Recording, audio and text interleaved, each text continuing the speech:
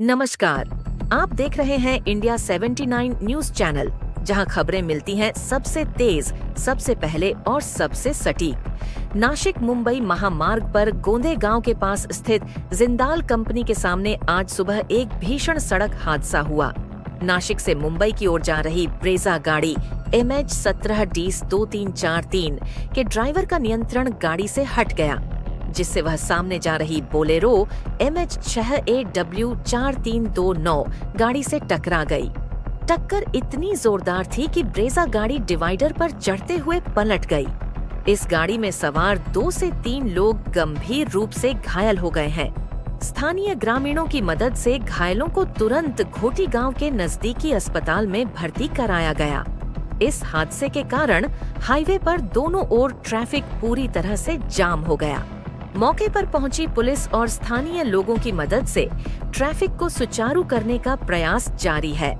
प्रारंभिक जानकारी के अनुसार ब्रेजा गाड़ी की रफ्तार काफी तेज थी, जिस कारण ड्राइवर गाड़ी पर नियंत्रण नहीं रख सका। बने रहिए इंडिया 79 न्यूज चैनल के साथ। हर ताजा और बड़ी खबर सबसे पहले। चैनल को लाइक और सब्सक्राइब करना ना भूलें। मैं हूं रिपोर्टर तबरेज शेख, जहीर खान के साथ नासिक से।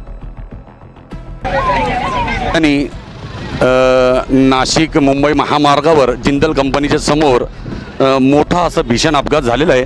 आपण हे दृश्य पाहू शकता। एका ठिकाणी ती गाडी पडलेली आहे आणि दुसऱ्या ठिकाणी एक ब्रेझा पडलेली आहे। या गाडीचा नंबर आहे MH17DC3243। ही गाडी अतिशय रस्त्याच्या कडेला जाऊन पलटी झालेली आहे। इथं ॲम्ब्युलन्सची सुविधा आलेली आहे। याच्यामध्ये असलेले जेवढे व्यक्ती आहे साधारणतः ते सगळे व्यक्ती या ठिकाणी जखमी अवस्थेत दिसताना आपण पाहू शकता आमच्या कॅमेऱ्याच्या माध्यमातून। या ठिकाणी ॲम्ब्युलन्स, ट्रॅफिक जाम, अतिशय निंदनीय प्रकार या ठिकाणी घडलेला आहे। ही जी गाडी आहे समोरची बोलेरो, हिचं पण या ठिकाणी मार्गक्रम करताना ही गाडीसुद्धा या ठिकाणी पलटी झालेली आपल्याला आमच्या चॅनलच्या माध्यमातून आपण पाहू शकता। जखमी आपण पाहू शकता। या ठिकाणी ॲम्ब्युलन्समध्ये टाकताना जखमी इथले जे स्थानिक कार्यकर्ते, स्थानिक गावातले लोक आहे, यांच्या मदतीने या ठिकाणी भरपूर मदतीचं काम या ठिकाणी करण्यात येत आहे। या ठिकाणी नॅशनल हायवे घोटी टोल नाक्याच्या माध्यमातून आपण पाहू शकता ही ॲम्ब्युलन्स या ठिकाणी दाखल झालेली आहे।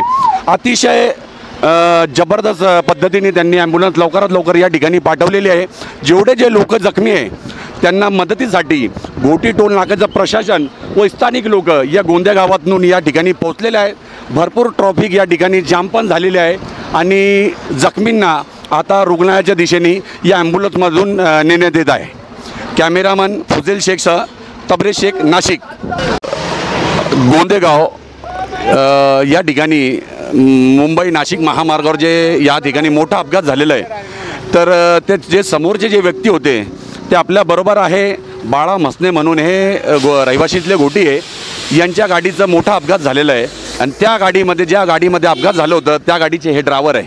यांना आपण विचारणार आहोत ही घटना कशी झाली, काय घडलं। अहो, मी माझ्या लाईनीमध्ये येत होतो, ते मागून आले, धडकले। त्यांच्या गाडीची रेस होत होती वाटतं जास्त। तर त्यांच्या गाडीमध्ये, तुमच्या गाडीमध्ये किती लोक होते? आमच्या गाडीमध्ये 4 लोक होते, 2 जण जखमी। तर किती लागलेले त्यांना, काय कोणत्या हॉस्पिटलला नेलं त्यांना? हॉस्पिटलला नेलं ते नाही सांगता येणार, पण नाही का नेलं त्यांना हॉस्पिटलला। त्यांना भरपूर लागले आता त्या ड्रायव्हरकडून कंट्रोल नाही झालेली आहे, त्यामुळं आपण तो ड्रायव्हर स्वतः कबूल होतोय का आपल्याकडून कंट्रोल नाही झालेली आहे। तो बोलतो माझ्याकडून कंट्रोल काहीच नाही झालेली। जसा उतार भेटला तसं मी चालवत गेलो, त्याच्याकडून कंट्रोल नाही झाली। याच्या ड्रायव्हरचे याच्याकडं जे माणसं होते त्यांना भरपूर लागलेले, आता त्यांना हॉस्पिटल नेले। आता तो ड्रायव्हर जो काय करेल ते आम्हाला पूर्णपणे क्लिअर पाहिजे।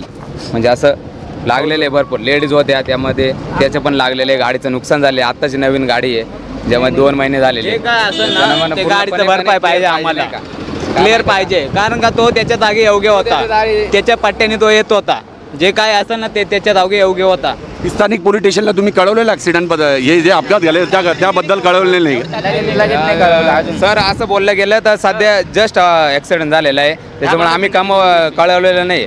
पण म्हणे त्याच्या गाडीला नुकसान झालेलं आहे आणि माणसांचं गाडी सोडून द्या, पण मग माणसं आपल्याला महत्त्वाचे, त्यामुळे जास्त प्रमाणात लागल्याबद्दल आहे ना आपल्याला पूर्णपणे ट्रीटमेंट करावं लागेल त्याबद्दल. आणि तो समोरचा ड्रायव्हर आहे ना, तो बोलतो की माझी स्वतःची चुकी आहे, त्याच्यामुळे तो मान्य करतोय, त्यामुळे आम्ही क्लिअर करू राहिले.